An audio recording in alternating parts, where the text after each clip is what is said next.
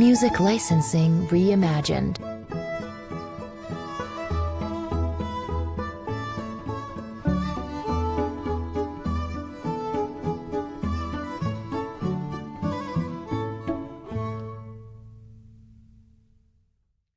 Hello, everyone, and welcome back to In Her Element. I'm your host, Swati Upadhyay, and today we are going to talk about sisterhood, friendship. I've been thinking about friendship a lot lately, about sisterhood, really, you know, because it kind of sticks, through years, through moves, and through all the messy parts of growing up. We spend so much time talking about careers, about ambition, about doing it all, but we don't always talk about the people who make all of that possible. The women who hold us together quietly in the background, the ones who celebrate our wins louder than we do, and who also see us when we are completely falling apart. And honestly, this episode is for them. It's a love letter to the women who have stayed, through every version of me. And hopefully, through this, you'll think about the people who have done the same for you. And before I get into the stories, I want to tell you a little bit about why this podcast exists in the first place. So, when I started in her element, I didn't want it to be just another podcast about women in science or the other fields and their achievements. I wanted it to be a space where women could show up as people, as ourselves, where we could talk about identity, ambition, exhaustion, and purpose, but also about the friendships and the sisterhoods that carry us through it all.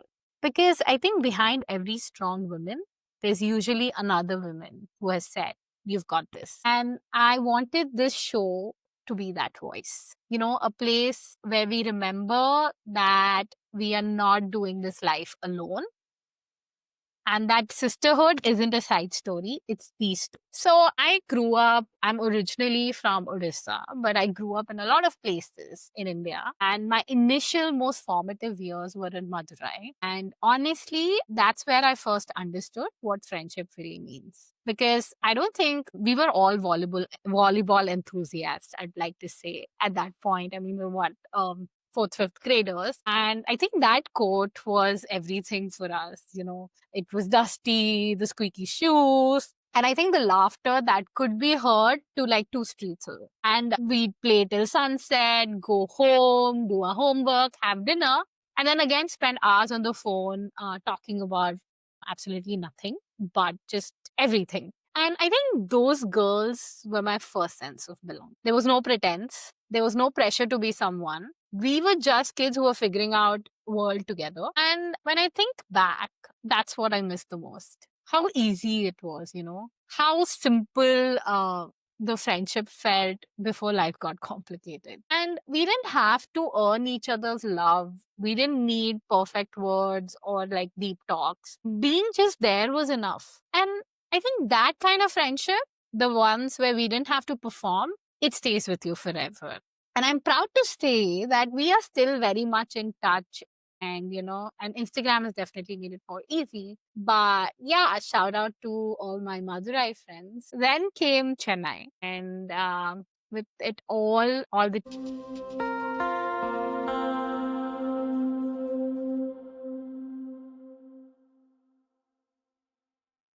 teenage chaos. So, it was new school, new face, and a lot of anxiety. And mind you, Madurai was a smaller city, like town, a city actually. And I came to Chennai, which was a metro city. So, obviously the anxiety was like tenfold. And that awkward feeling when you walk into a room and everyone already has their groups. That was me. Like I felt that way. I think it took me a while to find my people again, but I slowly did. And I would definitely want to say this, the fear that I had inside me was just me having that fear, because the people I met were lovely. And those friendships, I think we're still in touch and we still hang out. That's how important those friendships felt. Of course, we were teenagers, so we were dramatic, we were emotional, and we were totally convinced that we knew everything about life. So we had these big fights, we cried over the tiniest things, And I think we forgave each other the next day only, like, nothing had happened.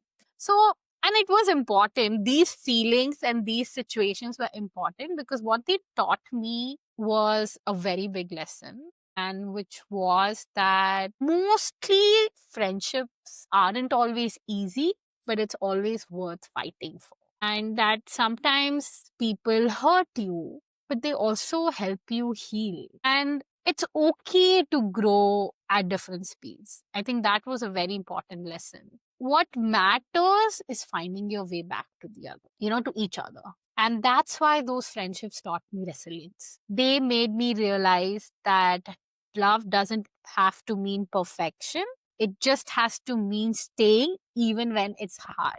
And that was a very important lesson, mind you, because I think over life in time, those lessons have been very helpful. And again, shout out to my Chennai friends who also now live in the same city that I do. So it's just been such a nice coming together of our circle and just continuing that lovely friendship that we started back in, during our teenage. Then I think was the turning point of my life. I went to Pune for medical school. And if Madurai was play and Chennai was drama, Pune was growing up super fast. I mean, because obviously we go there as like 18-year-olds, fresh adults. And definitely, I think med school friendships are very, very different. You spend every waking hour together. You are in classes together, you're in your hostel together, you're in the hospital together, you're in the canteen together. You literally live, study, and survive side by side. So we have laughed, we have cried, we have failed, and we have passed. We have fought and made up, and of course, we became family. And I think I would, it'd be grave injustice if I do not mention Jen in this because she's a very integral part of me and she always will be because she was at the center of all of this. Jen was my roommate, my closest friend, and honestly, she was also the soul of our group. She was the kind of person who would make anyone feel seen. She had this warmth, she didn't need to say much. She just was. And she made our room feel like home. And I think our little group feel like family. When we lost her recently, it broke something in all of us, definitely. And because I like to say this, she was the rhythm of our life. She was the laughter, and I know a lot of them will attest that made the stress bearable. I think we have the most fun Gen moments that each of us remember where we have laughed where we were supposed to be crying. And she was the one, who would just breathe fun into any situation. But I think even after she was gone, she's not left us. Her kindness, her love, it shaped how we as friends have showed up for people now. She taught us that love doesn't end when someone's gone. It just changes form. We love you, Jen. And I think every time I think of her, I realize how lucky I am to have known that kind of friendship. The kind that stays even in absence. Hence, to those women, my medical school sisters, we call ourselves, College Ki Pyar and Star Parivar and all those crazy groups that you would have on WhatsApp. They are still part of my foundation. We may not talk every week, but we will always have each other's back. And there's this comfort in knowing there are these bonds that don't need maintenance. They just live with you. And even if you haven't spoken for years, you always pick up where you left off and it never feels like there has been distance. So I truly, truly appreciate that kind of friendship and that kind of love. So after med school, I think I had a very big move,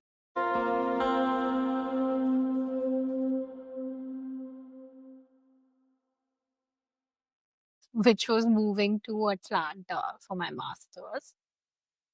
New country, new system, new everything. It was very exciting, but at the same time, it was really scary. And I still remember that my roommate then became my closest confidant.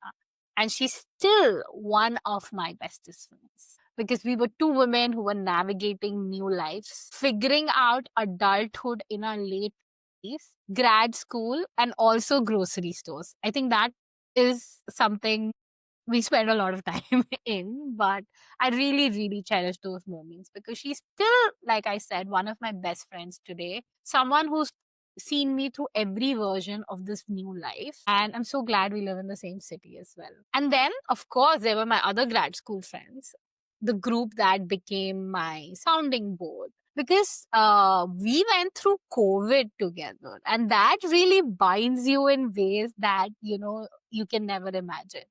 The time, it was hard. It was really hard because we were isolated, stressed, we were miles away from family, but somehow we built our own support system, which were of course each other. We check in constantly, send food, get together and have food, share memes, that small circle of women in my late 20s, they got me through it.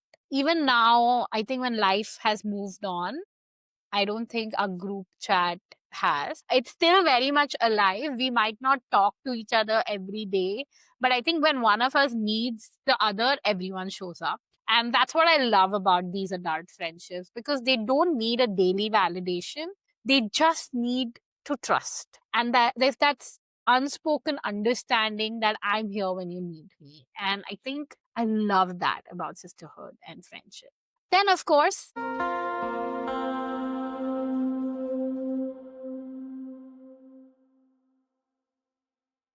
came Houston, PhD. And honestly, at this point, I thought, okay, I think my having a friend circle or having that, circle, this is the end. Like from here, there's nothing. But I was wrong. Like, I mean, I honestly started this chapter with a lot of apprehension. But, you get older and you start to think it's too late to make any real friends again. But of course, I was wrong because I think I found the most wonderful, supportive group of fellow PhD students. There was no competition, there was no comparison whatsoever. There was just warmth. And we cheer for each other's wins. We talk through our bad days. We'd hang out and just go eat good food. We'd remind each other that we're doing enough. And even when the world would say otherwise. And I think that was very, very important. And that group is still and has been and always will be, I think, my anchor in this chapter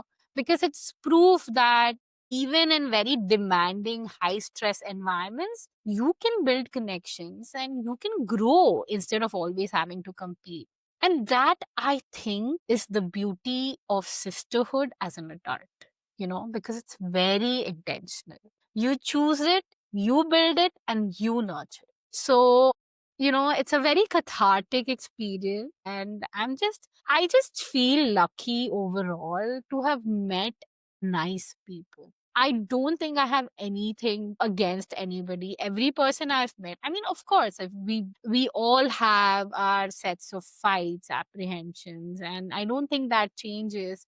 But I think when you always come back, even after that, that's maturity. And it also shows the strength of your friendship. So I think you cannot always be happy and, fun with them. Friendship always goes through some fights, some form of, disagreements, and you come back. And I think that is the true definition of a good, reliable friendship. So I'm thankful for each of those experiences and each of those friendships. And I will never, never take that for granted. So I want to give a shout out to all my friends, my girlfriends, and you all know who you are and each one of you because you have built me to who I am today. And I am forever grateful for that. And, you all in my life. Moving on, I wanted to talk about something special.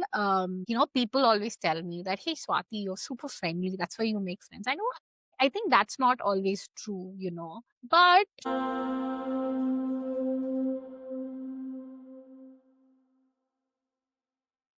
Here's something that I never expected was I also have some really strong friendships now with women that I met online. I don't think I would have ever said this out loud, but I'm so proud of it because I think Instagram, of all places, has brought me some incredible connections. And it's very easy to think that, social media is all noise and negativity. And sure, sometimes it is. But it's also where I have met women who have supported me with so much sincerity. You all have met those friends because they've been guests on this podcast.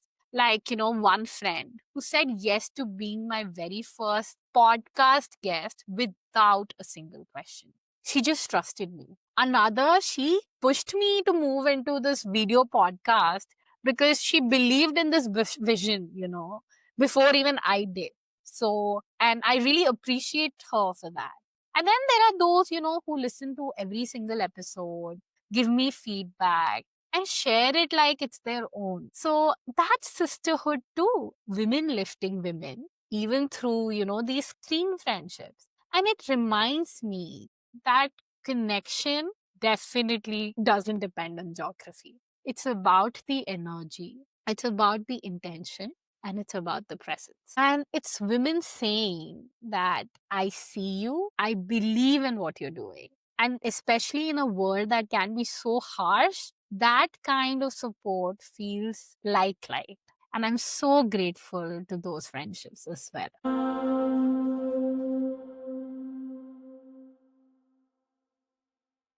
And now when I look back, at Madurai, Chennai, Pune, Atlanta, Houston, and even the women I've met online, I see how every version of me has been carried by someone. And that's what I mean when I say these women are my compass. They have reminded me of who I am when I forget. They have called me out when I needed to grow. And they have celebrated with me when I didn't feel worthy of any celebration. And through them, I have learned what sisterhood really means. Because it's not always agreeing or always being in touch. It's about showing up when it matters. It's about knowing when someone else's success doesn't threaten yours because it only strengthens it.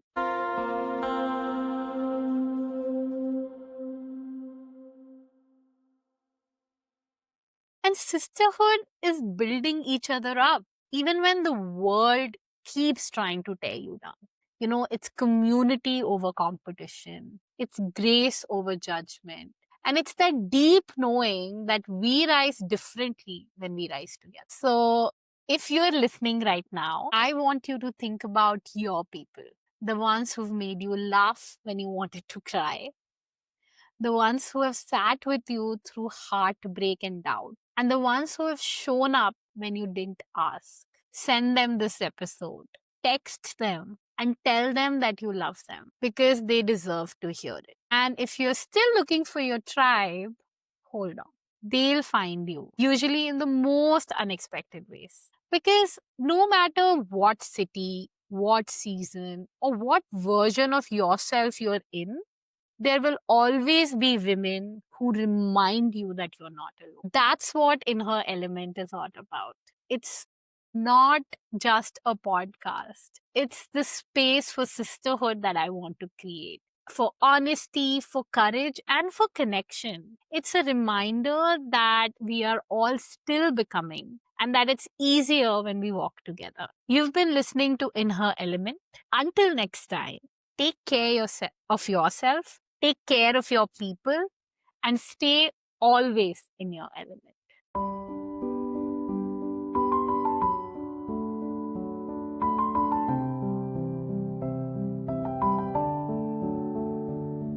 Artlist.io.